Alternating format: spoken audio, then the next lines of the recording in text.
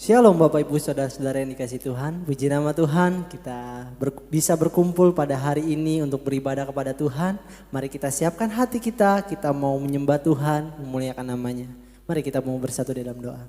Tuhan Yesus, terima kasih Bapa buat hari ini kami bisa berkumpul di dalam keluarga kami. Kami mau beribadah Bapa kepadamu, kiranya Engkau pimpin ibadah ini dari awal hingga akhir. Tuhan yang memberkati ibadah ini. Terima kasih Bapak, kami sudah berdoa, sudah mengucap syukur di dalam nama Tuhan Yesus. Haleluya. Amin.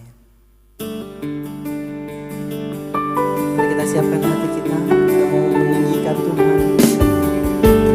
Bahwa hanya Engkau Tuhan yang layak disembah. Besar dan ajaiblah karya-Mu. Dan benarlah jalan-Mu, Raja segala bangsa yang maha kuasa, mulia nama-Mu. Layaklah segala bangsa sujud kepadamu,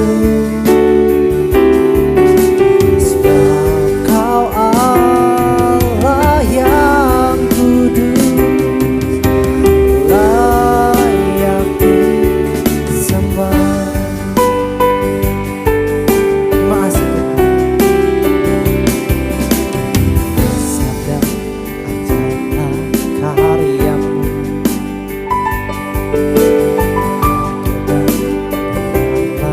jalan-Mu,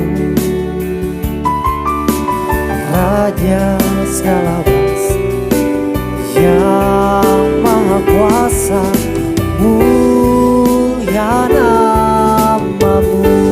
Layaklah segala bangsa sujud kepadamu, sebab Kau Allah yang, sebab Kau Allah yang kudus, layak disembah. Layaklah segala bangsa. Mari kita angkat tangan kita, sujud kepadamu. Yes.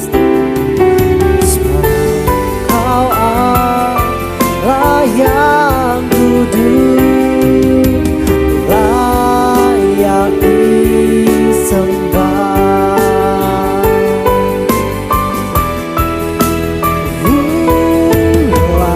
Layaklah segala bangsa sujud kepadamu, sebab Kau Allah yang kudus, layak disembah. Sebab Kau Allah yang kudus, sebab Kau Allah yang kudus, layak disembah. Sekali lagi kita katakan, sebab Kau Allah, sebab Kau Allah yang kudus, layak disembah. Hanya Engkau Tuhan yang layak kami tinggikan Tuhan. Glory, haleluya, haleluya. Terima kasih Tuhan, Engkau Allah yang kudus, Allah yang ajaib Tuhan. Glory, haleluya, haleluya. Mari kita sembah Tuhan. Haleluya. Katakan Dia baik, Engkau baik Tuhan, sangat baik. Sama-sama kita mengatakan layaklah segala bangsa sujud kepadamu. Amin. Sebab Kau Allah yang kudus, layak disembah. Layaklah segala bangsa, amin, sujud kepadamu. Sebab Kau Allah yang kudus, layak disembah. Sebab Kau Allah yang kudus, sebab Kau Allah yang kudus, layak disembah. Sekali lagi kita mengatakan, sebab Kau Allah yang kudus, layak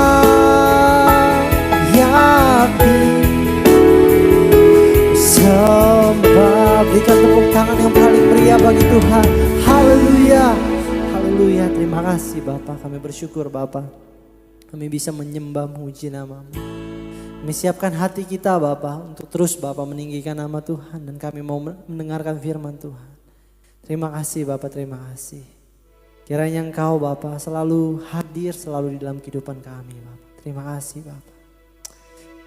Haleluya.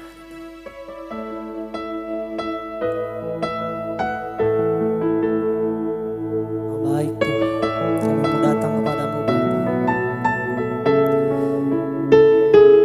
untuk membawa segala isi hati kami Bapa. Kami mau berdoa kepadamu Tuhan. Amin. Bila hati terasa berat, tak seorang pun mengerti bebanku, ku tanya Yesus, apa yang harus ku buat? Dia berfirman, mari datanglah. Dia selalu pedulikan aku, ku datang Yesus. Dia pikul segala bebanku, sujud di altarnya, ku bawa hidupku, ku terima anugerahnya. Dia ampuniku dan bebaskanku. Dia ubah hidupku, barui hatiku. Sesuatu terjadi saat datang di altarnya.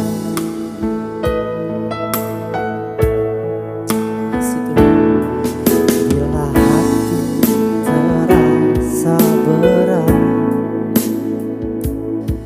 tak seorang pun mengerti bebanku, ku tanya Yesus, apa yang harus ku buat? Dia berfirman, mari datanglah. Dia selalu pedulikan aku, ku datang Yesus. Dia pikul segala bebanku,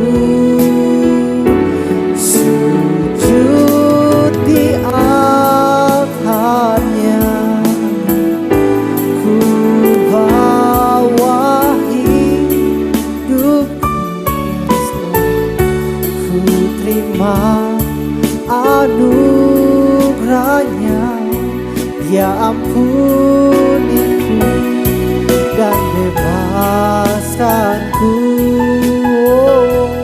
Dia ubah hidupku,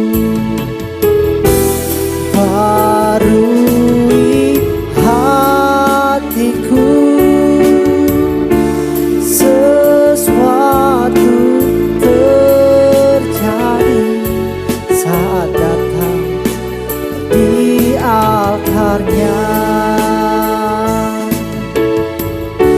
Sesuatu terjadi, mujizat terjadi, mujizat terjadi, pemulihan terjadi, pemulihan terjadi saat datang di altarnya. Mari sembah Tuhan sebelum kita haleluya. Kami datang kepadamu Tuhan, membawa hati kami. Kami bersyukur Tuhan, haleluya. Sebab Kau baik Tuhan di dalam hidup kami, haleluya. Terima kasih Bapa, terima kasih Tuhan Yesus, haleluya. Kau Allah yang baik, terima kasih Tuhan, terima kasih Allah Roh Kudus, haleluya. Sama-sama kita mengatakan sujud di altarnya. Bapak Ibu ku dan bawa hidupku,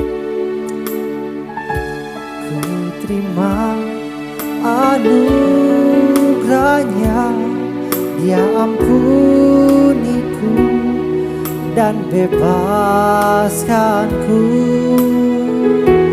Dia ubah hidupku, barui hatiku. Sesuatu terjadi saat datang di altarnya. Sama-sama kita mau katakan sujud di altarnya. Ku bawa hidupku, ku terima anugerahnya, Dia ampuniku dan bebaskanku. Dia ubah hidupku, barui hatiku. Sesuatu terjadi saat datang di altarnya. Pemulihan terjadi, kesembuhan terjadi, mujizat terjadi saat datang di altarnya.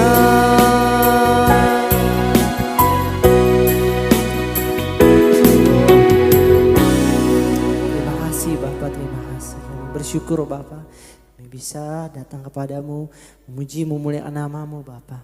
Biarlah Tuhan, firman Tuhan yang ditabur sebentar lagi Bapak, biarlah bisa kami belajar melakukannya dan belajar mengaplikasikannya selalu dalam kehidupan kami Bapak. Terima kasih Bapak, kami sudah berdoa, sudah mengucap syukur di dalam nama Tuhan Yesus. Haleluya, amin.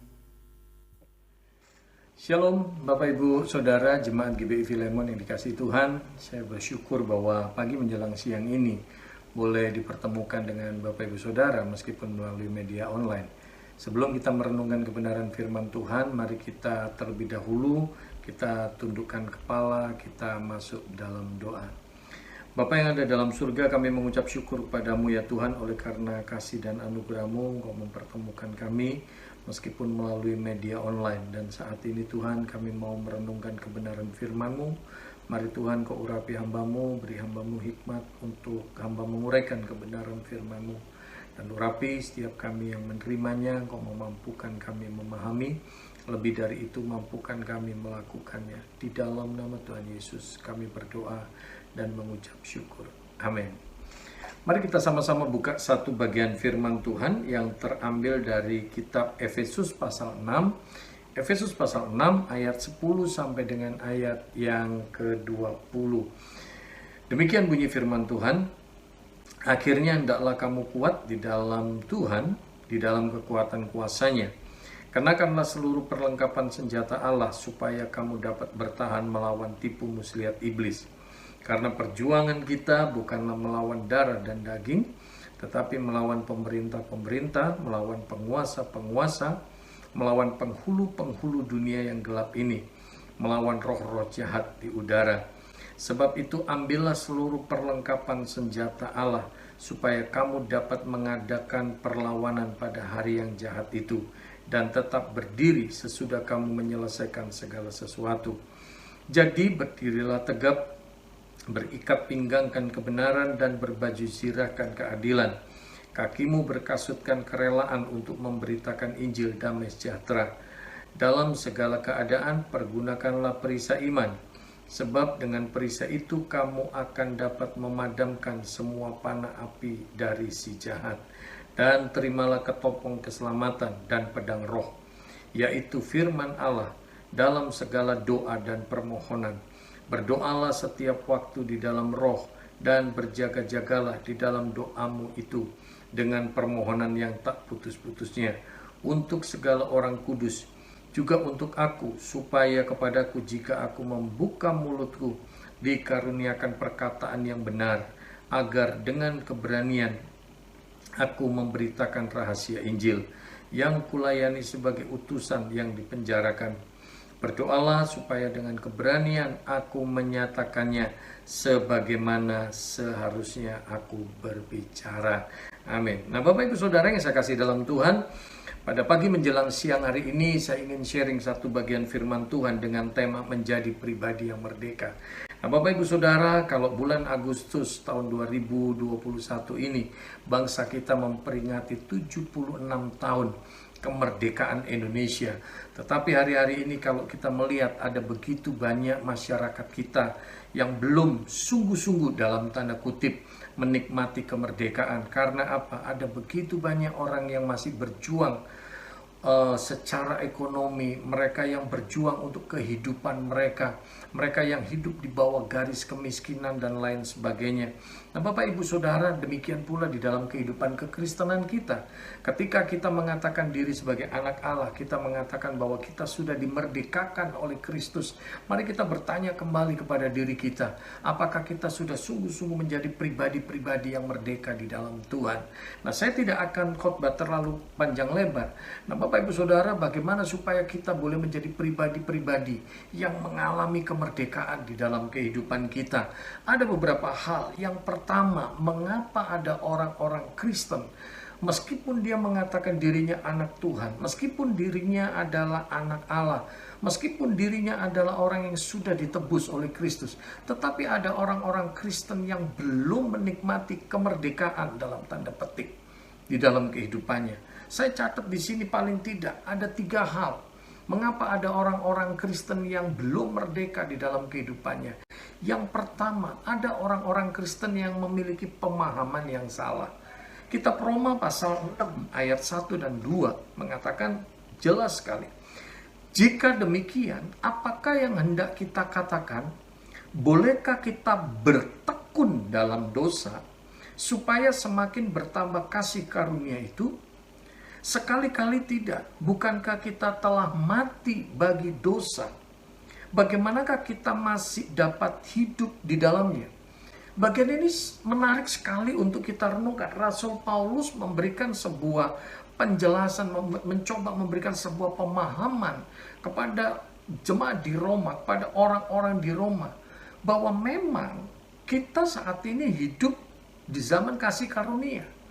Tetapi perlu kita sadari, jangan itu kita pergunakan sebagai kesempatan untuk berbuat dosa.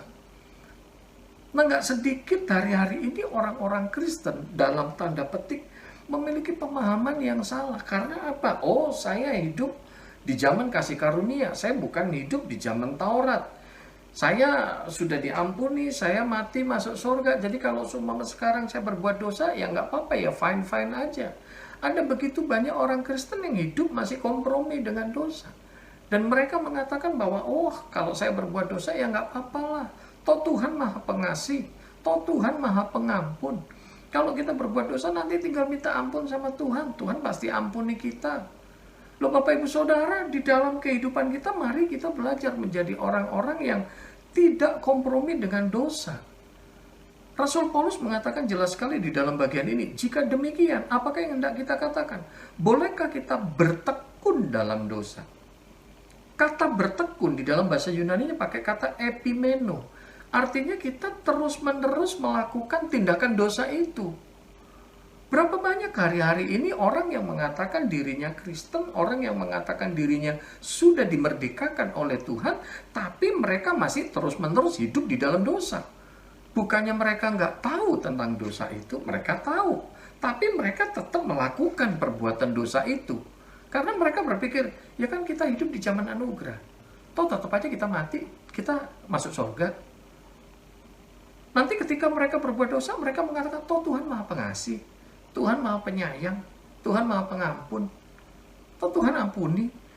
Nah ini konsep yang salah Bapak Ibu Saudara. Saya setuju sekali bahwa Anda dan saya, kita diselamatkan murni karena kasih karunia-Nya Tuhan. Anda dan saya, kita diselamatkan murni karena kasih karunia-Nya Tuhan. Saya setuju sekali itu. Ketika kita menerima Yesus sebagai Tuhan dan Juru Selamat, maka semua perbuatan dosa kita di masa lalu Tuhan sudah ampuni. Tetapi kalau Tuhan sudah ampuni, maka hari ini dan ke depan kita bertanggung jawab untuk diri kita. Tuhan gak mau kita seenak-enaknya terus berbuat dosa. Nah Bapak Ibu Saudara, orang Kristen yang seperti ini seringkali menjadikan dirinya adalah orang-orang Kristen yang gak pernah menikmati kemerdekaan dari dosa. Hal yang kedua yang saya catat lagi di sini, mengapa ada orang-orang Kristen yang belum merdeka di dalam kehidupannya? Karena orang-orang Kristen yang masih punya mentalitas budak. Atau kalau saya pakai istilah yang lain, mereka yang masih punya mentalitas padang gurun. Ini menarik sekali, ya. Ini menarik sekali untuk kita renungkan. Bangsa Israel sekian lama hidup sebagai budak. Mereka ada di Mesir, mereka hidup sebagai budak. Mereka hidup menderita, mereka disiksa dan lain sebagainya. Mereka nggak pernah menikmati kemerdekaan itu. Kemudian Tuhan suruh Musa untuk bawa bangsa Israel keluar. Mereka sudah dibawa keluar dari Mesir. Mereka sudah dibebaskan dari perbudakan itu. Mereka sudah dimerdekakan dari perbudakan itu. Tetapi apa yang kita lihat ketika bangsa Israel dalam perjalanan menuju ke tanah Kanaan itu, ketika mereka ada di padang gurun, ketika mereka mengalami masalah demi masalah, mereka mengalami pergumulan demi pergumulan, kesulitan demi kesulitan. Ternyata apa? Mereka protes, mereka mengeluh, mereka marah sama Musa. Kalau Anda membaca di dalam Keluaran pasal 14 ayat 1 sampai ayat 3, ketika 12 pengintai mengintai tanah Kanaan, kemudian 12 pengintai ini kembali, tanah yang diintai sama, mereka bawa hasil sama, tapi bisa ada dua laporan yang berbeda. 10 pengintai berkata, aduh Musa udah jangan maju deh. Orang di sana tinggi-tinggi perawakannya. Hasilnya sih bagus, tapi waduh nggak bakalan lah kita bisa menang. Kurang lebihnya itulah yang dilaporkan. Kalau saya pakai terjemahan bebas. Hanya 2 pengintai, yaitu Kaleb dan Yosua, yang mengatakan kita maju, kita pasti bisa mengalahkan. Rupanya apa? Seluruh bangsa Israel lebih mendengar perkataan 10 pengintai. Mereka akhirnya apa? Merasa pesimis, mereka merasa khawatir, mereka merasa takut. Di dalam Keluaran pasal 14 ayat 1-3 akhirnya mereka marah sama Musa. Musa, kalau memang kamu bawa kita cuma untuk mati di padang gurun, ngapain? Lebih baik kita kembali ke Mesir. Nah, ini yang saya katakan mentalitas budak. Hari-hari ini berapa banyak kehidupan orang-orang Kristen, anak-anak Tuhan, yang masih punya mentalitas budak. Seringkali mereka berkata, aduh Pak Sam, dulu waktu sebelum saya bertobat, kok kayaknya hidup saya enak-enak aja ya. Kok kayaknya bisnis semuanya lancar-lancar, pekerjaan lancar, keuangan bagus, keluarga semuanya kok kayaknya bagus. Tapi sekarang waktu saya sudah komit sama Tuhan, waktu saya mau setia sama Tuhan, kenapa kok bisnis saya berantakan, keuangan saya berantakan, kok saya ngalamin masalah-masalah yang berat, kok kayaknya lebih enak dulu ya sebelum saya bertobat. Nah, hati-hati dengan statement seperti ini. Gak sedikit orang Kristen yang gak mengalami kemerdekaan itu. Karena apa? Meskipun mereka sudah dimerdekakan, sudah diampuni, tapi mentalitasnya mentalitas budak. Ketika ada masalah, ketika ada kesulitan, mereka masih ingin kembali ke Mesirnya dalam tanda petik. Mereka masih merasa, wah kayaknya lebih enak hidup yang dulu. Ini yang kedua, Bapak Ibu Saudara. Dan yang ketiga yang saya catat di sini, mengapa ada orang-orang Kristen yang di dalam hidupnya mereka belum mengalami kemerdekaan? Yang saya catat di sini yang ketiga adalah orang-orang Kristen, anak-anak Tuhan yang masih mengizinkan hati dan pikirannya dikuasai oleh iblis. Atau orang-orang Kristen yang masih mengizinkan iblis menguasai hati dan pikirannya. Contohnya apa Bapak Ibu Saudara? Mungkin Anda bertanya sama saya, loh Pak Sam, gimana ada orang Kristen yang mengizinkan hati pikirannya dikuasai sama iblis? Seperti apa itu Pak Sam? Mungkin Anda bertanya begitu pada saya. Pak, Bu, berapa banyak hidupnya orang Kristen, hidup anak-anak Tuhan, hati pikirannya masih dikuasai oleh iblis. Contohnya apa? Orang-orang Kristen yang hati pikirannya masih dipenuhi kebencian, dipenuhi dendam, dipenuhi kedengkian, dipenuhi amarah. Kalau Anda membaca di dalam 1 Samuel pasal yang ke-18, konteks bagian itu adalah bangsa Israel mengalami kemenangan setelah mengalahkan Goliat, setelah Daud mengalahkan Goliat. Mereka kembali, kemudian disambut luar biasa. Ada perempuan-perempuan yang menyanyi. Mereka mengatakan Saul mengalahkan beribu-ribu, tapi ternyata ada yang mengatakan Daud berlaksa-laksa. Nah, rupanya gara-gara apa yang dia dengar itu mempengaruhi pikiran dan hatinya Saul. Nah, ini Bapak Ibu Saudara, Saul memberi celah untuk iblis menguasai hati pikirannya. Cuma gara-gara perkataan yang gak disengaja, cuma gara-gara ya nyanyian-nyanyian yang gak disengaja, tapi ternyata apa? Saul memberi tempat, Saul memberi pijakan untuk iblis menguasai hati pikirannya. Dan Saul dengki, Saul marah, Saul dendam kepada Daud. Saul mencoba membunuh Daud dengan melemparkan tombak itu. Nah, hari-hari ini gak sedikit orang Kristen yang menjalani hidup dengan hati pikiran yang dikuasai oleh iblis. Memuji menyembah Tuhan jago. Mungkin berbahasa roh jago. Tapi ternyata apa? Hati pikirannya dipenuhi dendam. Hati pikirannya dipenuhi benci. Orang Kristen yang tidak bisa mengampuni. Nah, ini yang saya katakan orang-orang Kristen yang masih dikuasai oleh iblis. Ya, saya nggak tahu apa yang dialami oleh Bapak Ibu Saudara sekalian. Mungkin ada di antara Anda yang hari-hari ini masih menyimpan kebencian, masih menyimpan dendam. Ada di antara Anda mungkin hati pikiran Anda masih ada luka-luka yang belum dibereskan. Nah, ini yang membuat kita nggak sungguh-sungguh merdeka. Ini yang membuat kita masih terus diintimidasi oleh iblis, dibelenggu oleh iblis. Kita nggak mengalami sukacita yang dari Tuhan. Nah, Bapak Ibu Saudara, ini 3 hal yang saya catat. Kenapa di dalam kehidupan anak-anak Tuhan, orang-orang Kristen, ada orang-orang Kristen yang masih belum merdeka. Nah, poin selanjutnya, bagaimana supaya kita bisa menjadi pribadi-pribadi yang berkemenangan, pribadi-pribadi yang merdeka, pribadi-pribadi yang mengalami sukacita yang dari Tuhan. Ada 4 hal yang perlu kita lakukan. Yang pertama, supaya kita sungguh-sungguh menjadi pribadi yang merdeka di dalam Tuhan, maka yang pertama, kita perlu sadari konsep otoritas dalam tanda petik. Konsep otoritas yang Tuhan sudah berikan buat kita, yang Allah sudah berikan buat kita. Di dalam Lukas pasal 9 ayat 1, di situ dikatakan, maka Yesus memanggil ke-12 muridnya, lalu memberikan tenaga. Ini tolong digarisbawahi. Memberikan tenaga. Dalam bahasa Yunaninya pakai kata dunamos atau dunamis itu ya.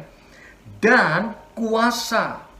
Kata kuasa ini perlu digarisbawahi Bapak Ibu sekalian. Ya, ini dalam bahasa Yunaninya pakai kata exousia. Kepada mereka untuk menguasai setan-setan dan untuk menyembuhkan penyakit-penyakit. Ini hal yang pertama, supaya kita bisa menjadi pribadi yang merdeka di dalam Tuhan. Maka yang pertama kita perlu sadari konsep otoritas. Allah sudah memberikan otoritas. Ketika Yesus menyuruh murid-muridnya, Yesus memberikan 2 hal penting. Yaitu apa Bapak Ibu Saudara? Yesus memberikan dunamos. Yesus memberikan dunamos itu, kekuatan itu. Kalau di dalam terjemahan bahasa Indonesia diterjemahkan tenaga. Itu adalah kekuatan. Kalau kita tahu kata dunamos, kita mudahnya itu mengingat kata dinamit. Ketika kita dengar dinamit, Bapak Ibu sekalian, kita tahu kekuatan meledaknya itu luar biasa. Nah, Yesus memberikan dunamos itu kepada kita. Kekuatan untuk menghancurkan kuasa iblis. Kemudian yang kedua, Yesus memberikan kepada setiap muridnya, setiap orang-orang yang percaya kepadanya, yaitu diberikan apa? Exousia. Exousia itu adalah kuasa, otoritas. Otoritas. Makanya seringkali saya berikan contoh yang sangat simpel. Mungkin ketika di lampu merah terjadi, di perempatan jalan, di lampu merah itu terjadi, lampunya padam, ya, lampu merah hijau kuning itu lagi padam, Bapak Ibu Saudara.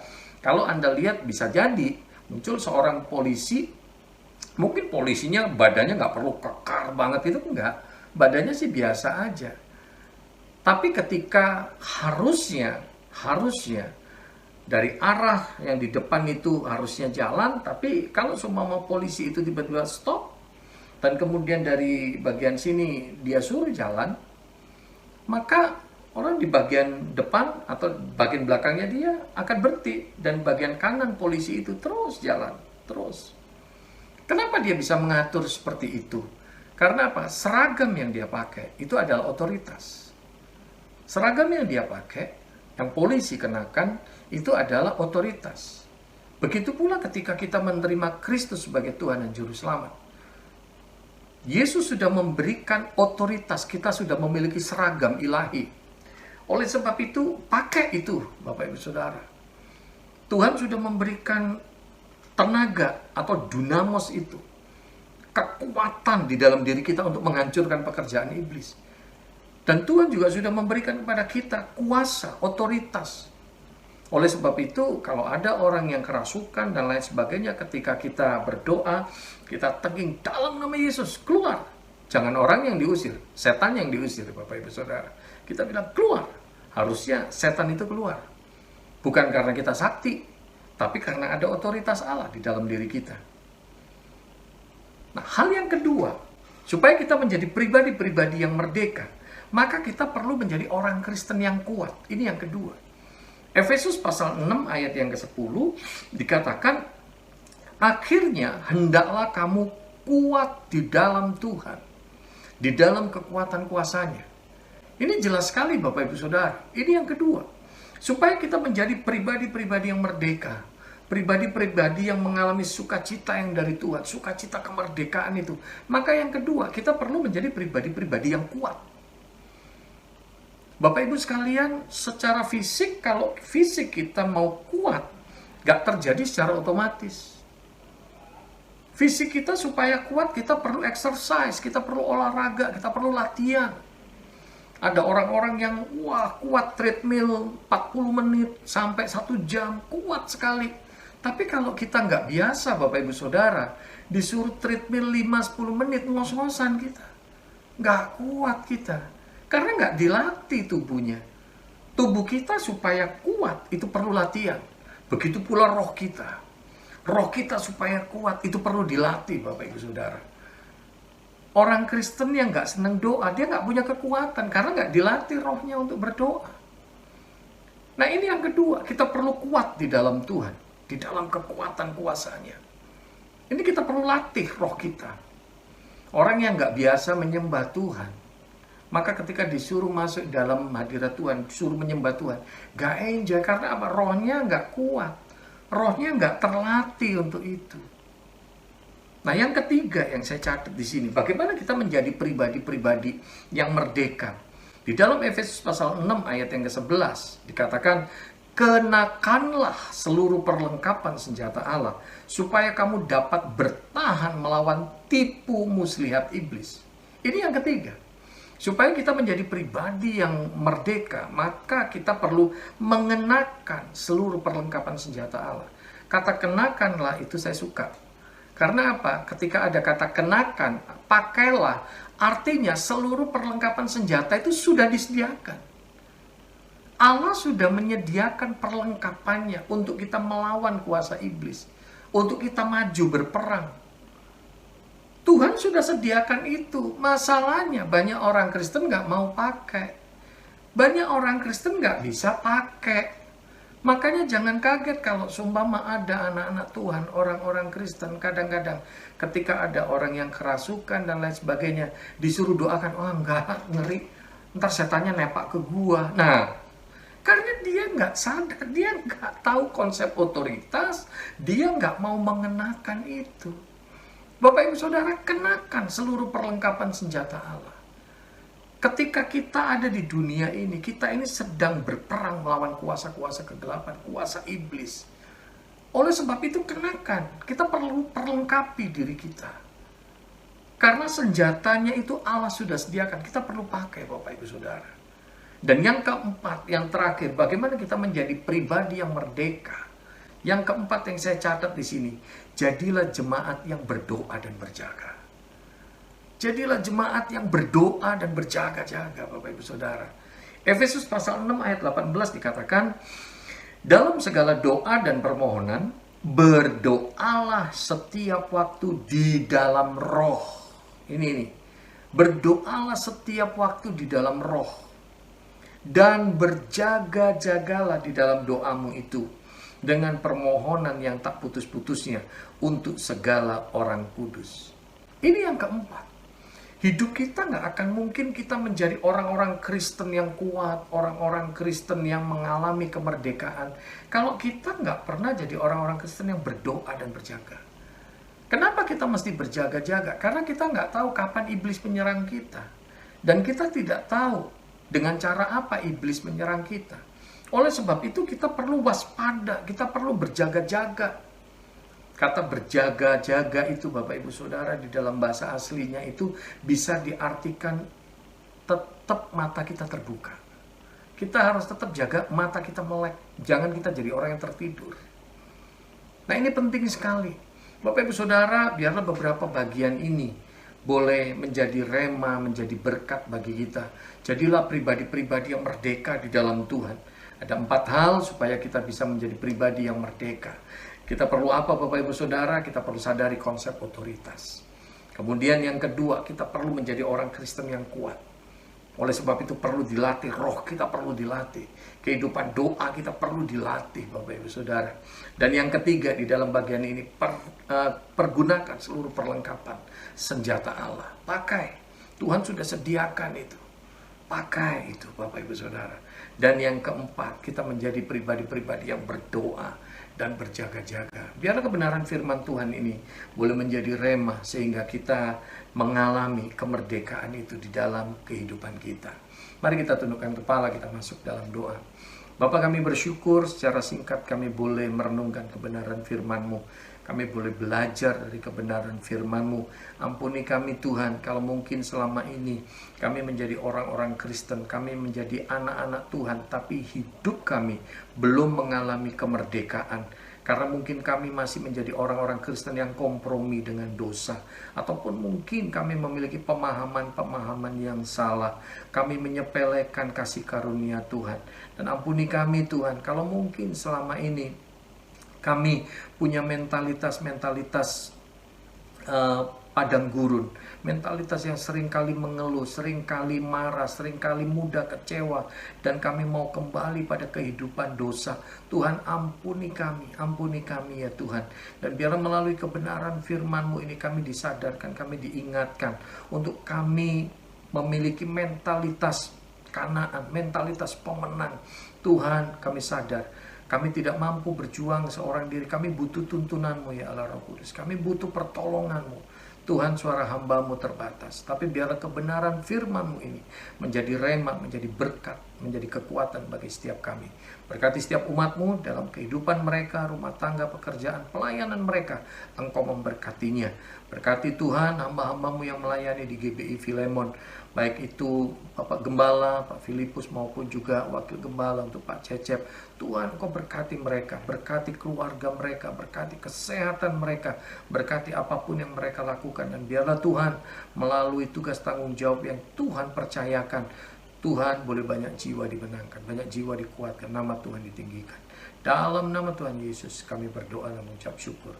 Amin. Terima kasih Bapak Ibu Saudara, sampai ketemu. Tuhan berkati kita semua. Amin. Shalom Bapak Ibu Saudara-saudari sekalian, selamat beribadah dimanapun Anda berada. Berikut kami sampaikan pengumuman pada hari ini. Tuhan Yesus memberkati.